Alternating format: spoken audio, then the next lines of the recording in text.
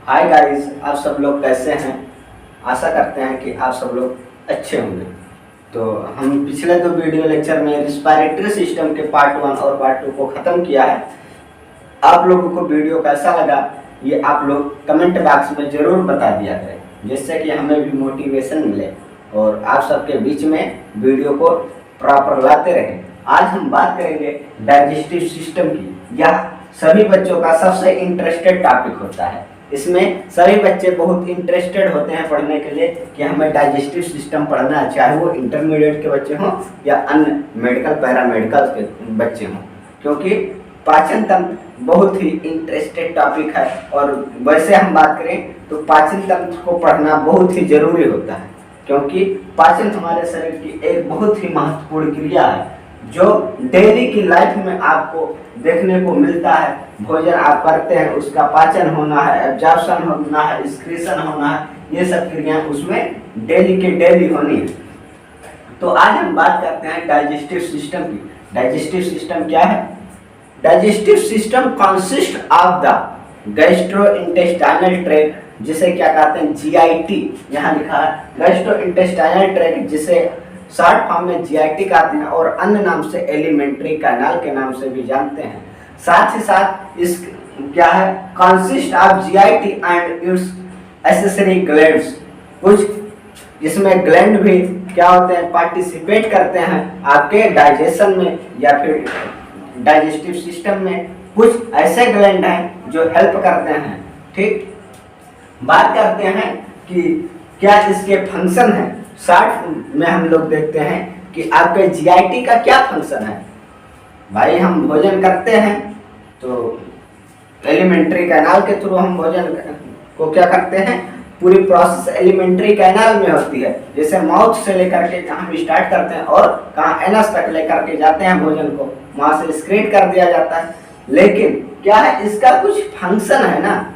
कोई भी ऑर्गन है या कोई भी ऑर्गन सिस्टम है तो उसका क्या है, एक स्पेसिफिक फंक्शन होते हैं। आइए जानते हैं कि डाइजेस्टिव सिस्टम का क्या फंक्शन है। डाइजेस्टिव सिस्टम का फंक्शन सबसे मुख्य है क्या, इंगेशन, इंजेशन, साथ साथ डाइजेशन, एब्जॉर्प्शन ऑफ फूड और एक्सक्रीशन ऑफ वेस्ट प्रोडक्ट। हम भोजन को खाते हैं, कहाँ से खाते हैं, ऐसे कहीं शरीर से डाल तो देंगे नहीं, उसको क्या करेंगे, एलिमेंट्री कैनाल के थ्रू हम भोजन को खाते हैं। इंगेशन मतलब क्या करते हैं, उसको भोजन को ग्रहण करते हैं।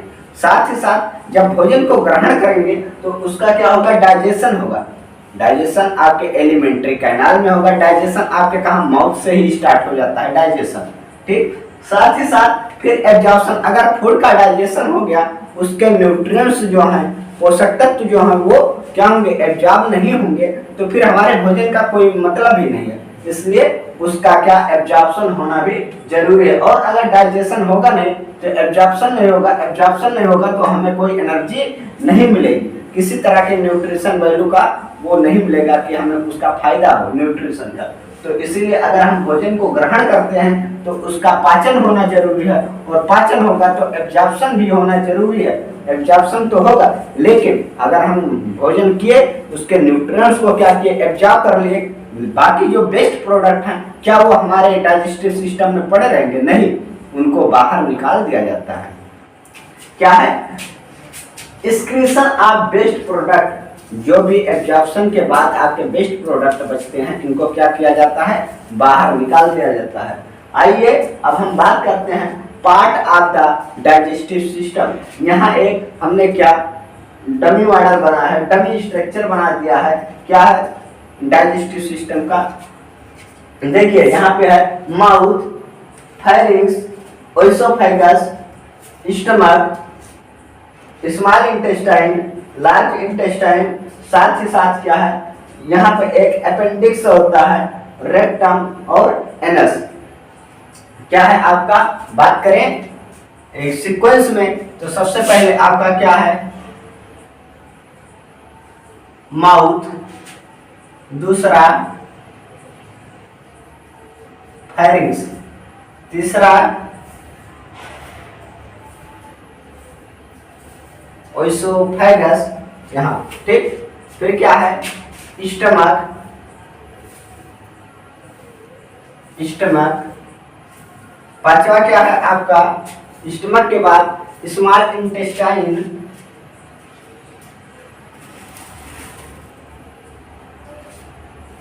स्मॉल इंटेस्टाइन के बाद छठवें की बात करें लार्ज इंटेस्टाइन,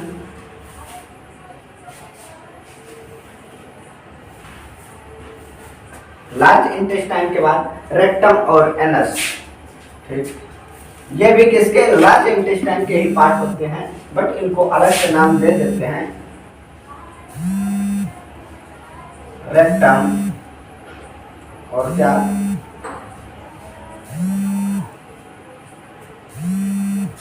ठीक। इस तरह से आपका क्या 8 पार्ट है किसके, आपके डाइजेस्टिव सिस्टम के। क्या क्या, mouth, firings, ओएसोफेगस, stomach, small intestine, large intestine, rectum और एनस। बात करते हैं स्मॉल इंटेस्टाइन और लार्ज इंटेस्टाइन की। क्या ये नाम के अकॉर्डिंग है? जी हाँ, लेकिन नाम के अकॉर्डिंग उसकी डायमीटर के अकॉर्डिंग है। ठीक, ये नहीं कि उसकी लंबाई के, लंबाई जो होती है वो स्मॉल इंटेस्टाइन की ज्यादा होती है और लार्ज इंटेस्टाइन की कम। बट अगर डायमीटर की बात करें तो डायमीटर लार्ज इंटेस्टाइन का ज्यादा होता है और किसका, स्मॉल इंटेस्टाइन का कम होता है। इसलिए ये डायमीटर के आधार पर हम क्या करते हैं, जिस भी इसका इंटेस्टाइन का डायमीटर ज्यादा है उसका नाम दिया है लार्ज इंटेस्टाइन, और स्मॉल इंटेस्टाइन जिसका क्या डायमीटर कम है। लेंथ की बात करें तो आपका स्मॉल इंटेस्टाइन बहुत लंबा होता है, किससे, आपके लार्ज इंटेस्टाइन के अपेक्षा। और आपका क्या है रेक्टम, रेक्टम को हिंदी में क्या कहते हैं, मलाशय, मल क्या होता है, गंदगी, और आशय, आशय में स्थान जहाँ पे वो रुक सके। ठीक, कहते हैं कि ये क्या है, आशय इसका है, या इसका क्या महत्व, ये कहाँ पे रुक सकता है। ठीक, विश्रामालय जैसे करते हैं वो विश्राम करता है, ऐसे क्या है आपका मलाशय है, आपका मल आकर के यहाँ पर क्या होता है, कलेक्ट होता है। और ये क्या है लास्ट में एनस, एनस में क्या होता है, मल द्वार, जहाँ से आपका क्या है गंदगी निकाली जा सके, ये क्या है आपका मल द्वार। अपेंडिक्स, अपेंडिक्स जो है अब इसका हमारे जीवन में कोई महत्व नहीं रह गया है। ठीक, इसका मानव में अब कोई विशेष महत्व नहीं रह गया। अब आते हैं हम इस पे, एक बार फिर से दोहरा लेते हैं कि क्या है डाइजेस्टिव सिस्टम, ये जीआईटी और किसका एक्सेसरी ग्लैंड का क्या होता है, मिक्सर, मतलब दो चीजों से मिलकर के बना होता है।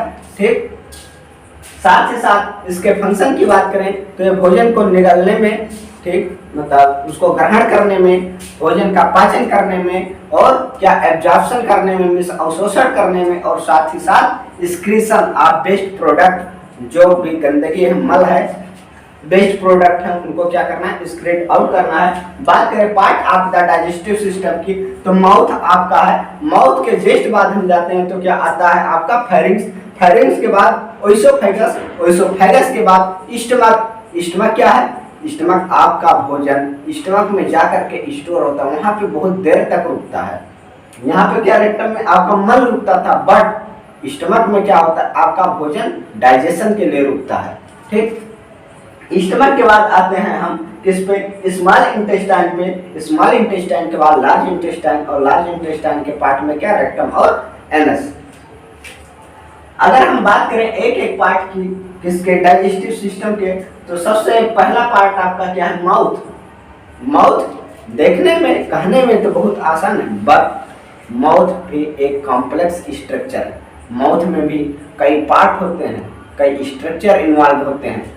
आइए सबसे पहले हम जानते हैं बक्कल कैविटी, माउथ को और हम क्या कहते हैं, बक्कल कैविटी। ये क्या होता है आपका upper portion of the alimentary canal, आपका जो जीआईटी है उसका क्या है, सबसे अपर वाला पार्ट है, जहां से आपका क्या है अभी एलिमेंट्री कैनाल स्टार्ट होता है। क्या है, बिगिनिंग ऑफ जीआईटी, जहां से आपका जीआईटी स्टार्ट होता है। इसके भी अगर बात करें बक्कल कैविटी की तो इसमें दो पार्ट होते हैं, क्या, वेस्टिब्यूल और कैविटी ऑफ माउथ। वेस्टिब्यूल क्या है, कैविटी ऑफ माउथ तो हर कोई जानता है कि मतलब माउथ के अंदर का जो खाली स्थान है वो कैविटी है, बट वेस्टिब्यूल क्या है, वेस्टिब्यूल, वेस्टिब्यूल एक ऐसा स्थान है जो किसके लिप्स और टीथ के बीच में होता है।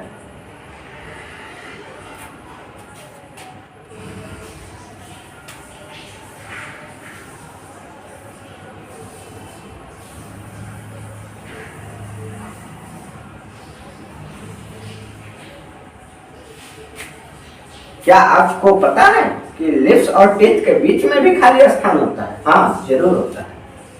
जैसे हम आपको बताएं, अभी आप क्या करें, जैसे अपने जीभ को दांतों के और होठों के बीच में ले जाइए। कैसे? ऐसे। तो ये क्या है, जहां भी आपका जीभ अभी क्या हुआ, घूमा, वो क्या है, आपका वेस्टिब्यूल है। ठीक, लिप्स और टीथ के बीच का जो खाली स्थान होता है उसे हम क्या कहते हैं, वेस्टिब्यूल कहते हैं।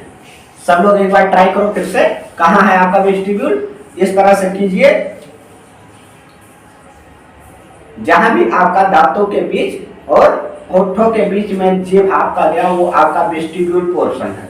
ठीक, और कैविटी ऑफ माउथ, दांतों के और मस्टाइड बोन्स के बीच का जो स्थान होता है या उससे घिरा हुआ स्थान होता है, वो क्या होता है, आपका बक्कल कैविटी। माउथ मतलब टीथ जो है आप दांत जानते हैं, और क्या है आपका मस्टाइड बोन, ये जो साइड से आपके मस्टाइड बोन है, फ्रंट से आपका क्या माउथ और साइड से आपके मस्टाइड बोन, ये क्या करते हैं, आपके बक्कल कैविटी के कैविटी ऑफ माउथ का क्या करते हैं, निर्माण करते हैं। ये क्या है, bounded by teeth and mastoid bone at the side. वही है कि ये कैसे बने, मतलब घिरे होते हैं मस्टाइड बोन से और टीथ से। बात करें कि आपका कैविटी ऑफ माउथ क्या है, तो इसमें दो पार्ट होते हैं।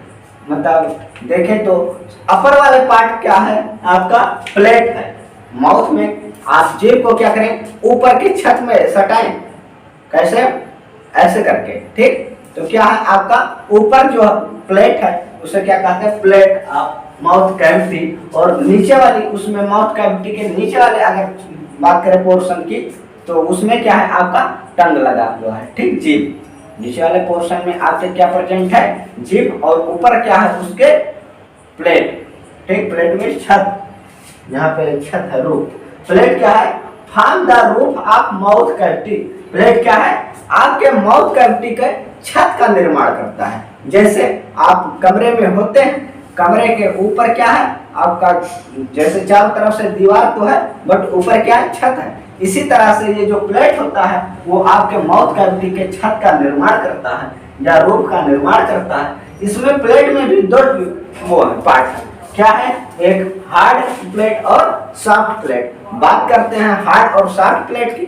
ये क्या है, अभी तो प्लेट की बात किए, छत की बात किए, रूफ की बात किए, लेकिन इसमें दो पार्ट, सॉफ्ट और हार्ड प्लेट। हार्ड प्लेट क्या है, आप जब बात करते हैं रूफ की, किसके, प्लेट के, तो आगे की साइड में जो पोर्शन होता है वो हार्ड होता है, और पीछे थोड़ा क्या होता है, सॉफ्ट होता है। यहाँ पर हमने लिखा भी है, हार्ड आपके फ्रंट पर है और सॉफ्ट क्या है, बिहाइंड, पीछे है। आप जीभ लगाकर अभी तुरंत देखिए कि क्या है, यहाँ पे अगर जस्ट अभी बात करें तो आपका हार्ड प्लेट है, और थोड़ा पीछे बात करें तो क्या है, सॉफ्ट प्लेट है। क्या है, यूबुला इज अ कोनिकल प्रोसेस। यूबुला क्या है, एक तरह से कोनिकल प्रोसेस या कोनिकल स्ट्रक्चर होता है, जो क्या होता है, आपके हैंग, यहाँ हैंग लिख दिए थे, क्या है, hang from the middle of soft plate. ये आपके सॉफ्ट प्लेट के मिडिल पोर्शन से क्या होता है, लटका हुआ होता है। आपका मान लिया जाए ये क्या है, यहां बनाते हैं, ये मान लिया जाए आपका क्या है, प्लेट है।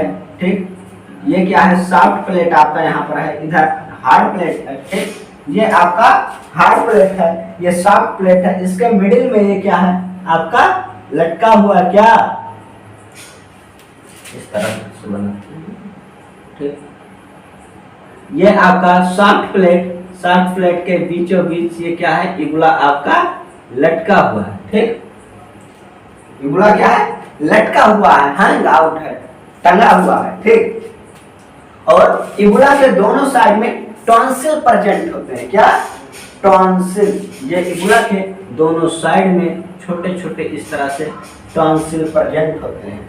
ठीक, क्या, आपके जो प्लेट है, प्लेट में हार्ड प्लेट जो सामने की तरफ होती है, पीछे के साइड में क्या होता है, सॉफ्ट प्लेट होता है। सॉफ्ट प्लेट क्या है, है। साउथ प्लेट में एक क्या टंगा हुआ होता है, आपका इबुला, इबुला मध्य में होता है और उसके दोनों साइड में क्या होते हैं, टॉन्सिल टंगे हुए होते हैं। ठीक, बात करें important structure of mouth, mouth जो है इसके कौन कौन से इंपॉर्टेंट स्ट्रक्चर हैं जिनको पढ़ना हमें बहुत जरूरी है, वो क्या है, आपके टंग में जीभ, टीथ, दांत और क्या है, सलेवरी ग्लैंड।